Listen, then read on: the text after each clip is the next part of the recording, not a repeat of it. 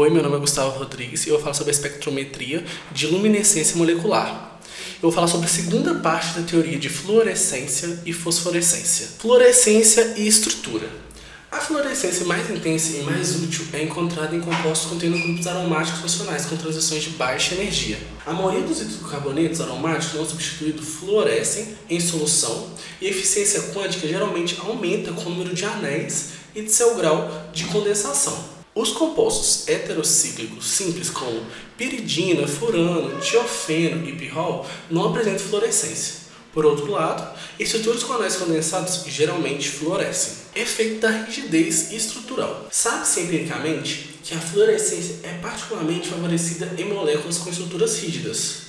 Por exemplo, as eficiências quânticas para o fluoreno e o bifenil são aproximadamente 1 e 0,2 respectivamente, sob condições semelhantes de medida. A diferença no comportamento resulta principalmente do aumento da rigidez causado pelo grupo metileno no fluoreno. Efeitos da temperatura e do solvente. A eficiência quântica da fluorescência na maioria das moléculas diminui com o aumento da temperatura, porque o aumento da frequência de colisões em temperaturas elevadas melhora a probabilidade da desativação por conversão externa. Um decréscimo na viscosidade do solvente também aumenta a facilidade da conversão externa e leva ao mesmo resultado. Efeito do pH na fluorescência. Geralmente, a fluorescência de um composto aromático com anéis substituintes ácidos ou básicos é dependente do pH. Tanto o comprimento de onda como a intensidade de emissão serão possivelmente diferentes para as formas protonadas e desprotonadas, como podemos ver para o fenol e para a anilina nessa tabela. As mudanças na emissão de compostos desse tipo resultam da diferença no número de espécies de ressonância que estão associadas à forma ácida e básica das moléculas. Por exemplo, a anilina tem diversas formas de ressonância, porém o íon anilíneo tem apenas uma, isto é, as formas ressonantes adicionais levam ao primeiro estado excitado mais estável e, como consequência, tem-se a fluorescência na região do ultravioleta. A fluorescência de certos compostos em função do pH tem sido usada para a detecção do ponto final em titulações ácido-base. Por exemplo, a fluorescência da forma fenólica do ácido 1-maltitol 4-sulfônico não é detectável pelo olho humano, porque ocorre na região ultravioleta. Entretanto, quando o composto é convertido em um fenolato pela adição da base, a banda de emissão é deslocada para o comprimento de onda da região visível, onde pode ser facilmente visualizada.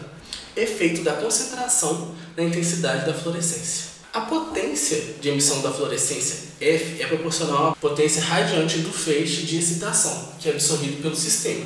Isto é, F é igual a φF, K2' P0 menos P, onde P0 é a potência do feixe incidente na solução, P é a sua potência após atravessar uma distância B do meio, φF, eficiência quântica do processo de fluorescência e K2' é uma constante dependente da geometria e de outros fatores. A eficiência quântica da fluorescência é uma constante para um dado sistema. Assim, o produto φF K2' é convertido em uma nova constante no lado direito dessa primeira equação.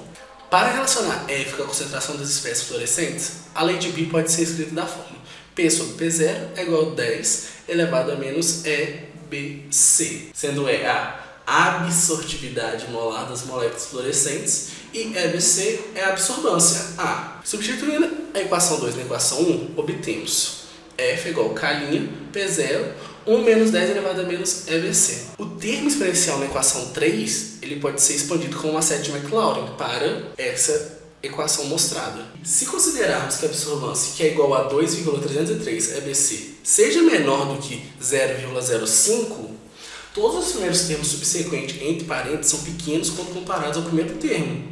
Assim, a gente pode escrever a equação sendo simplesmente F igual a 2,303 K' EBC P0. Assim, um gráfico da potência da fluorescência radiante de uma solução em função da concentração das espécies emitidas deve ser linear em baixas concentrações. Supressão dinâmica.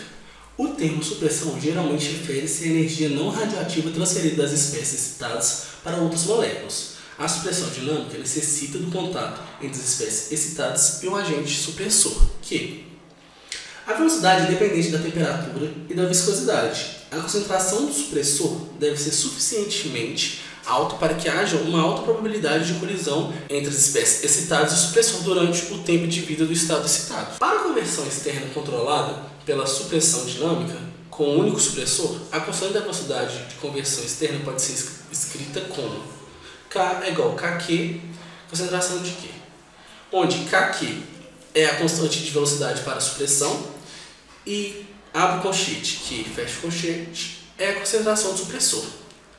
Na ausência de supressão, KC é igual a zero. E quando a pré-dissociação e a dissociação estão ausentes, KPD igual a KD, que é igual a zero, a eficiência cônjuge da fluorescência pode ser escrita como essa equação mostrada. Com supressão, nós adicionamos o termo KQ na equação. E, fazendo a razão entre as equações 7 e 8, obtemos esta equação de Stern e Vollmer. E como a emissão da fluorescência é diretamente proporcional à eficiência quântica, temos que F0 sobre F é igual a 1 mais KQ vezes Q, onde F0 e F são os sinais da fluorescência na ausência e na presença do supressor, respectivamente. Espectros de emissão e excitação. Essa figura mostra 3 tipos de espectros de fotoluminescência para o fenotreno. Um espectro de excitação, denominado E na figura, é obtido pela medida da intensidade de luminescência em um comprimento de onda fixo, enquanto o comprimento de onda de uma excitação varia. Uma vez que a primeira etapa para gerar a emissão de fluorescência é a absorção de radiação, para que é excitados, um espectro de excitação é essencialmente idêntico ao espectro de absorção obtido sob as mesmas condições. Os espectros de fluorescência F e fosforescência P, por sua vez, envolvem a excitação em um comprimento de onda fixo, enquanto é feito o registro da intensidade de emissão em função do comprimento de onda. Outro tipo de espectro de luminescência é mostrado nessa figura, o espectro de fluorescência total de uma mistura de antraceno e de ovaleno. O espectro de luminescência total pode estar na forma de representação tridimensional, que é essa mostrada, ou um gráfico de contorno, que é essa segunda. Ambos mostram um sinal de luminescência em função dos comprimentos de onda de excitação e dos comprimentos de onda de emissão simultaneamente. Cada linha no gráfico de contorno representa uma intensidade particular da fluorescência. Alguns instrumentos de luminescência permitem varrer simultaneamente os comprimentos de onda de excitação e de emissão com uma pequena diferença de comprimento de ondas entre eles. O espectro resultante é conhecido como um espectro síncrono. Um sinal de luminescência é obtido apenas em comprimentos de onda onde a excitação e a emissão ocorrem para a diferença de comprimento de onda escolhida, como mostrado nessa figura, em que aqui temos espectros síncronos da fluorescência. Nessa primeira imagem, são mostrados os espectros de excitação e de emissão do tetraceno.